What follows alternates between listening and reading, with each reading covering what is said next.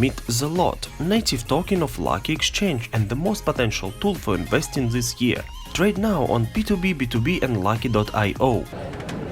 Better? Right. So what is the path to mainstream crypto adoption right now?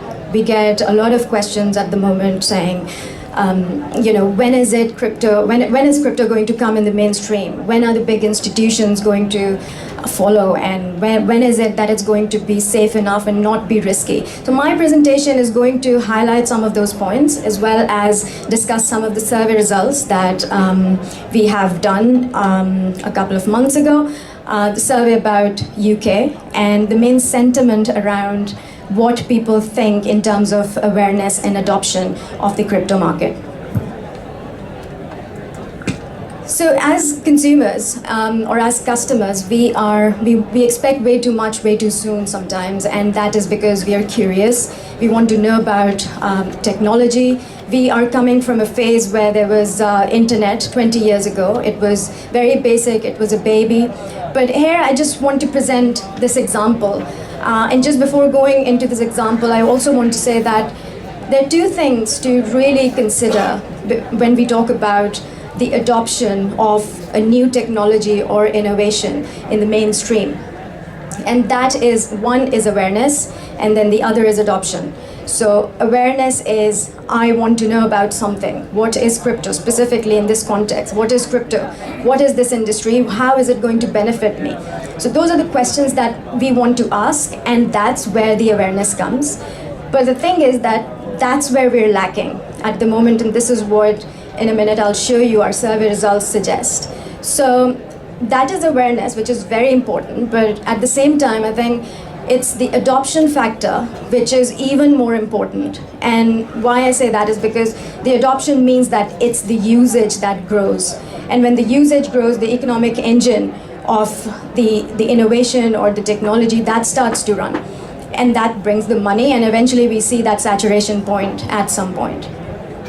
And we can see that, I don't know if you can see it clearly, but in 2011, the awareness factor of Twitter was at 92%. So from 2006 all the way to 2011, we're still talking about the awareness of of Twitter. And if you look under adoption on the right-hand side, you'll see that in 2011, the usage was only 8%. So people are getting to know about Twitter. We are at the peak, but still the usage is only standing at 8%. Why was that? So the simple answer is that we had to be patient and we had to educate the people that why, the why question. Why do we need to use Twitter? Why do we need to use cryptocurrency in this context? So those were some of the questions that people couldn't answer. They didn't know what was the need. I already have a Facebook account, why do I need this? So this is just a comparable.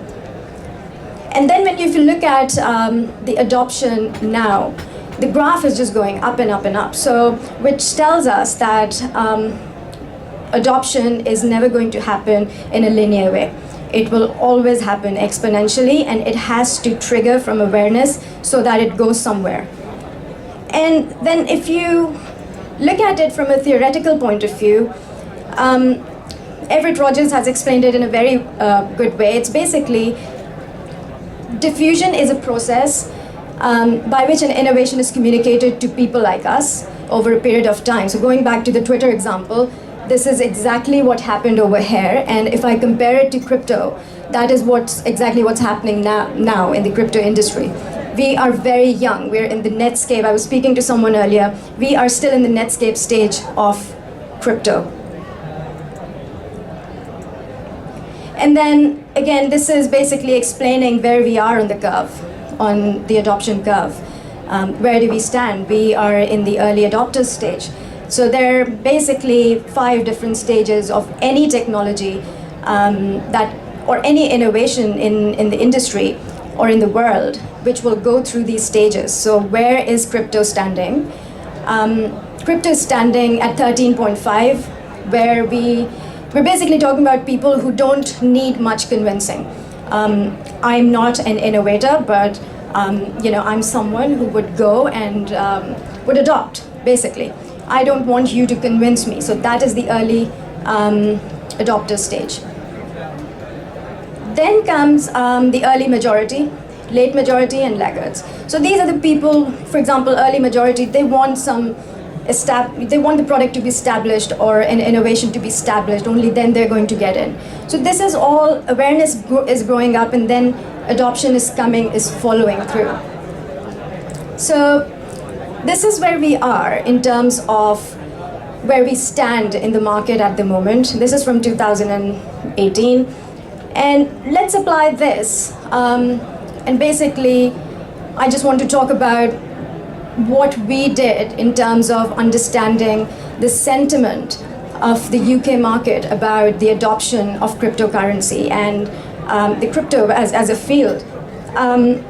So we conducted as to where we basically stand between the age groups were 18 to 65 plus. There was almost an equal ratio of male and females, and so on. So basically, what we understood was that the survey results suggested that although there is lack of awareness, but there is still a huge appetite for adoption. People want to adopt. It's going to happen slowly and gradually, but they will adopt at some point. So if you look at it, I've just divided these results into two parts, and the awareness side from the survey and the adoption side. So under awareness, you'll see that 40% just knew what the term was, what the crypto was. They just heard of it. They didn't know much about it. 28% would use crypto if they understood it more. So which clearly goes back to the why question from the Twitter, that why do I have to use it? What is the need, really? And then 40% didn't know if they would use crypto in retail. So that was another one. Why do I need it if tomorrow Sainsbury's or Waitrose starts to offer it, or any other supermarket or retailer? And 87%, or over here it says 13% owned cryptocurrency, which means that 87% did not. And that, if you go back to the adoption curve that I was talking about, it was interesting to see that the early adopters were 13.5. There is the why question. Why do I need to adopt crypto? Firstly, there could be so many questions. Why? I don't know what it means, what it will give me, what is the value that it's going to, how is it going to better my life? So all those questions. Then if you look at the adoption side, it was very interesting to find out the results that I'm showing here. And I was surprised myself to see, how can people be, how can there be two extremes where, one, people don't really know much about it, and then the other, which is the 13% who owned, let's say, are talking about this. So people want to see it in banking. People want to have it in real world. They want credit cards. They want to transfer money. They want everything that you could think of that we're doing with fiat. People even said that they want to pay for their mortgages if the rates were better. So that was quite interesting. And lastly, it is there was a huge divide between how much I own. So 35% of the respondents had about 100,000 plus of money invested in crypto, and 25% had less than pounds invested. So again, there's a huge difference, and clearly shows that this is the early adopter stage. So this is where we are on the survey side, and then the only thing is that adoption will only grow. Is our responsibility as exchanges, as the advocates of this industry, to basically spread the word and get the word out like Twitter did, I just mentioned. And I remember back in the day when I first started using email, I just created my email account and just wrote it down on a piece of paper and forgot about it because none of my friends had it. So there was no adoption. But then adoption happened and we were all exchanging emails. By the way, this is a long time ago, so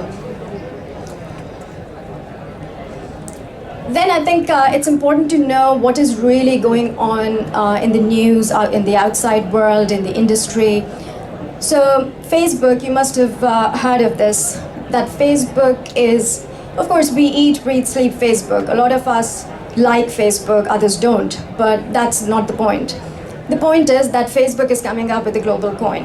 It's a stable coin, and it's basically, they're going to be their own little network where they're going to use this currency. So there are so many businesses on Facebook right now. So if Facebook suddenly decides to launch their coin overnight, they will become the biggest payment provider overnight. And that is what adoption is. That is when the retail audience is going to start trusting it. That is when the interest will come when the big guys adopt it. That's when we will say, okay, yeah, we're coming. We're going to do it as well. So that's Facebook. And they might be launching it very soon. We don't know. But going to the second one, JP Morgan. JP Morgan, as we know, launched their JP Morgan coin a couple of months back. And the idea was to have this coin as, just to transact between businesses that they have within the bank. And now they're even thinking of calling it the JP Morgan cryptocurrency at one of the forums that held in April. This is all adoption. It could be just a stable coin, but it is still adoption. It is coming, and it is not going anywhere. Like it or not, it's not going anywhere. So it's just going to grow and grow and go. And lastly, Telegram, a lot of us use it, and they're coming up with a gram token, and that is again for peer-to-peer transactions, etc. So all of this, the point I'm trying to make is that this is all adoption. Once the big guys get in, that's when you will see adoption happening. This is awareness, and especially going back to Facebook, people from all sorts of backgrounds and ages are on Facebook. So if they are educated through a source that is reliable, that they trust, they're going to do it. And eventually, it's just all going to happen. So that's really it. 2019, I think, is a year of adoption. It's just going to go to great lengths, I think, in the future. And we just have to be patient. That's all I'd say. And we're just ready to take off, really. Thank you.